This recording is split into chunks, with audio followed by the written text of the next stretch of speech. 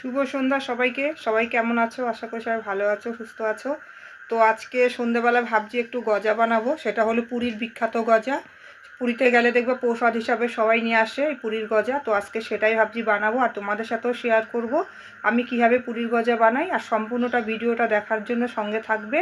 আর ভালো লাগলে অবশ্যই একটা লাইক কমেন্ট শেয়ার করে দেবে। তো চলো গজাটা বানাবার জন্য যাওয়া যাক। দেখো, গজাটাকে বানাবার জন্য এখানে আমি কিছুটা পরিমাণ ময়দা নিয়ে নিয়েছি। আমি আমার পরিমাণ মতো নিয়ে নিয়েছি, তোমরা তোমাদের পরিমাণ মতো নিয়ে নেবে। আর এখানে নিয়ে নিয়েছি অল্প করে সামান্য পরিমাণে খাই সোডা, কারণ খাই সোডাটা না দিলে কিন্তু খাস্তা হয় না গজাটা। যে কোনো খাস্তা খাবার করতে গেলে কিন্তু একটু খাই সোডার ব্যবহার করতে হয়। আর দিয়ে দিলাম পরিমাণ মতো নুন। এবার আমি কিছুটা পরিমাণে এখানে ঘি দেবো। ঘিটা একটু কমই দেবো, আমি সাদা তেলের সংখ্যাটা একটু বেশি ব্যবহার করব। তোমরা চাইলে পুরো ঘিটাই ব্যবহার করতে পারো বা সাদা তেল পুরোটাই ব্যবহার করতে পারো। ভালো করে এবার ময়াম দিয়ে নেব আমি। তো দেখো ময়দাটা আমি বেশ কিছুক্ষণ কিন্তু ময়াম দিয়ে নিয়েছি। দেখো ময়দাটা এরকম মুঠো করলে দলা পাকিয়ে যাচ্ছে।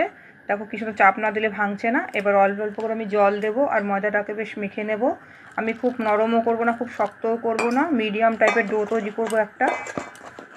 তো দেখো ময়দাটা আমি মেখে নিয়েছি কি সুন্দর করে, না নরম না শক্ত। এবার একটু হালকা হাতে আমি একটু তেল লাগিয়ে দেবো ময়দাটার গায়ে। দিয়ে কিছুক্ষণ আমি ঢাকা দিয়ে রাখবো। 20 মিনিটের মতো আমি ঢাকা দিয়ে রাখবো। আর যে কোনো খাস্তা জিনিস কিন্তু ময়াম দেওয়ার পরে মেখে নেওয়ার পরে যদি একটু ঢেকে রাখা হয় সেই ক্ষেত্রে কিন্তু খাজাটা বেশি ভালো হয়। এদিকে আমি গ্যাসটা জ্বালিয়ে নেব। নিয়ে একটা কড়াইয়ের মধ্যে আমি একটুখানি গজাটা বানাবার জন্য একটু রস তৈরি করে নেব। অনেকে শিরাও বলে থাকে, আমরা শিরাই বলি আর রসও বলি। একটু জলটা ফুটে গেছে, এবার কিছুটা পরিমাণ আমি চিনি দিয়ে দেবো। আস্তে আস্তে আমি শিরাটাকে তৈরি করে নেব। তো 20 মিনিট পর আমি চলে এসেছি রান্নাঘরে। দেখো ময়দাটা কি সুন্দর তেল ছাড়ছে, দেখো পরিষ্কার বোঝা যাচ্ছে তেল ছাড়ছে কিছুক্ষণ ঢাকা দিয়ে রাখার ফলে। এবার আমি ভালো করে আরেকটু মেখে নেব ময়দাটাকে। তো আমি এবার দেখো এবার লেচি কেটে নেব। ঠিক লেচিগুলো হাতের মুঠো একই মাপের নেব। তো লেচিগুলোকে এভাবে বানিয়ে নিয়েছি। এবার আমি একটু ময়দা লাগিয়ে নেব লেচিগুলোর গায়ে।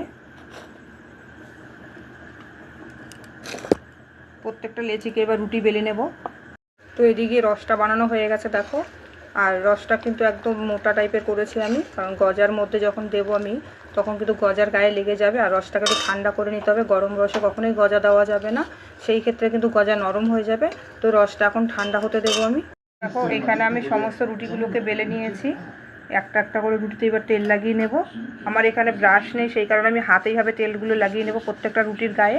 আর তোমাদের কাছে যদি ব্রাশ থাকে তাহলে ব্রাশ দিয়ে লাগাবে, আর ব্রাশ যদি না থাকে, সবার ঘরে তো সবসময় থাকে না, সেই ক্ষেত্রে এরকম হাত দিয়ে লাগিয়ে নেবে, কোনো অসুবিধা নেই।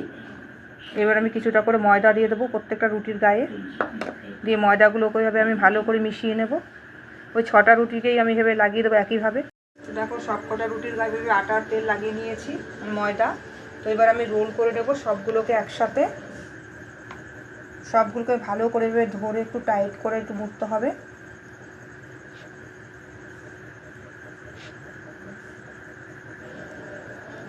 আর আমি জানো তো এরকমভাবে গজা বানিয়ে কিন্তু আমি আত্মীয় স্বজনের বাড়িতে যখন বেড়াতে যাই তখন মিষ্টির দোকান থেকে বাক্স এনে ঠিক এইভাবে বানিয়ে নিয়ে যাই। কেউ কিন্তু বুঝতেই পারে না যে আমি হাতে বানিয়েছি না কিনে নিয়ে গেছি গজাটা। তো এইখানে আমি আলতো করে একটু জল লাগিয়ে দেবো যাতে না খুলে যায়।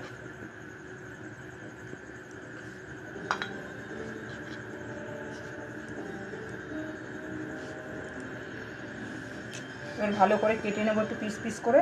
আগে সাইড থেকে একটু ফেলে নেব, সাইডটাকে একটু বাদ দিয়ে নেব।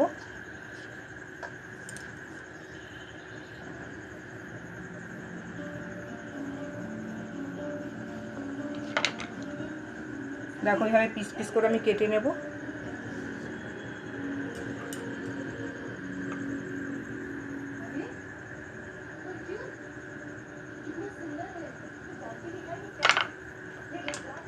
কি সুন্দর দেখো ভাঁজগুলো দেখা যাচ্ছে।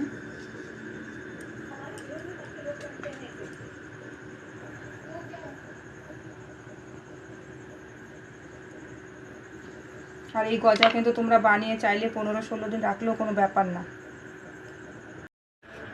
তো গজাগুলোকে দেখো আমি প্রত্যেকটা কেটে নিয়েছি। তো এবার আলতো হাতে আমি বেলে নেব গজাগুলোকে। খুব আলতোভাবে বেলতে হবে।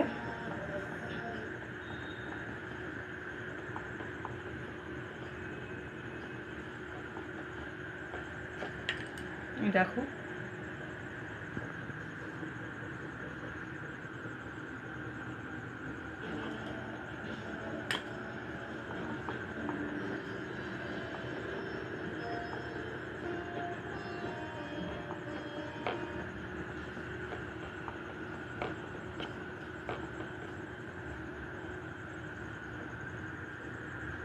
তো দেখো আমি গজাগুলোকে বেলে নিয়েছি।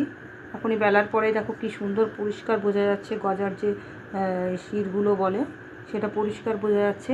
তো এদিকে আমি কড়াইতে তেল দিয়ে দিয়েছি, তেলটা গরম হবে একটু। তেলটা গরম হয়ে গেছে, আমি গজাগুলোকে ছেড়ে দেবো আস্তে করে। আর গ্যাসের ফ্লেমটাকে একটু কমিয়ে দেবো, কারণ হিটটা বেশি দিলে গজাগুলো পুড়ে যাবে। আর আস্তে আস্তে ভাজলে কিন্তু গজাটা সুন্দরও হবে আর ভাজাটাও খাস্তা হবে। তো দেখো বন্ধুরা, গজাগুলো কি সুন্দর ফুলতে শুরু হয়েছে, দেখো পরিষ্কার বোঝা যাচ্ছে ভাজগুলো। আর খুব সুন্দর কিন্তু হচ্ছে ভাজাটাও, আর গজার শেপটাও একদম পরিষ্কার বোঝা যাচ্ছে। তো দেখো বন্ধুরা, গজাগুলোকে সব ভেজে নামিয়ে নিয়েছি, কত সুন্দর হয়েছে গজাগুলো। তো তোমরা চাইলে কিন্তু বাড়িতে এভাবে ট্রাই করতে পারো। আমি এবার রসে দিয়ে নেব, রসটাও ঠান্ডা হয়ে গেছে। খুব আস্তে আস্তে করে দেবো, কারণ দেখতেই পাচ্ছ এই যে এতটাই খাস্তা হয়েছে, দেখো আস্তে আস্তে কিন্তু ভেঙে যাচ্ছে। তো সেই কারণে খুব আলতোভাবে আমি এখানে রসগুলোকে দিয়ে দেবো।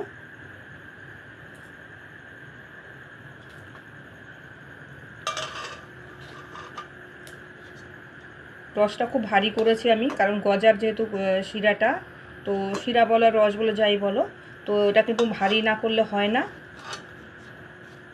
তো দেখো এবার রসগুলোকে দিয়ে আমি রেখে দেবো, পরে আস্তে আস্তে একদম গায়ের সাথে ধরে নেবে।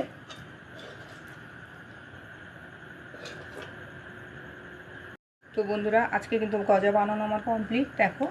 তো যদি তোমাদের ভালো লাগে অবশ্যই লাইক কমেন্ট আর শেয়ার করতে ভুলো না ভিডিওটা।